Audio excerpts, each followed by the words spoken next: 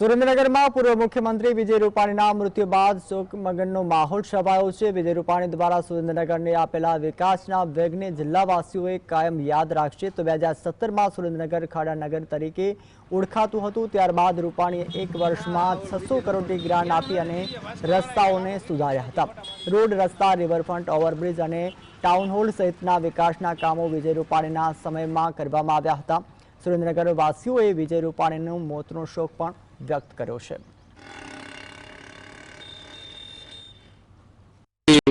વિજય રૂપાણીનું દુઃખદ અવસાન થયું છે।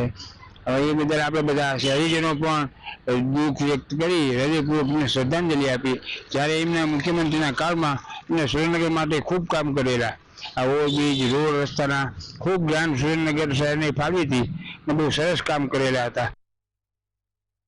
રૂપાણી સાહેબનો જે શ્રદ્ધાંજલિનો પ્રોગ્રામ છે એ શ્રદ્ધાંજલિનો પ્રોગ્રામ અમે એને અર્પણ કર્યો છે સિનિયર સિટીઝન અને અમારું ગ્રુપ। એ સિવાય સુરેન્દ્રનગર શહેરની અંદર જ્યારે વિજય રૂપાણી સાહેબ સીએમ તરીકે હતા ત્યારે અહીંયા સુરેન્દ્રનગર શહેરની અંદર 600 કરોડની ગ્રાન્ટ ફાળવેલી અને ઓવરબ્રિજનો સૌથી મોટો શ્રેય જતો હોય તો વિજય રૂપાણી સાહેબને જાય છે।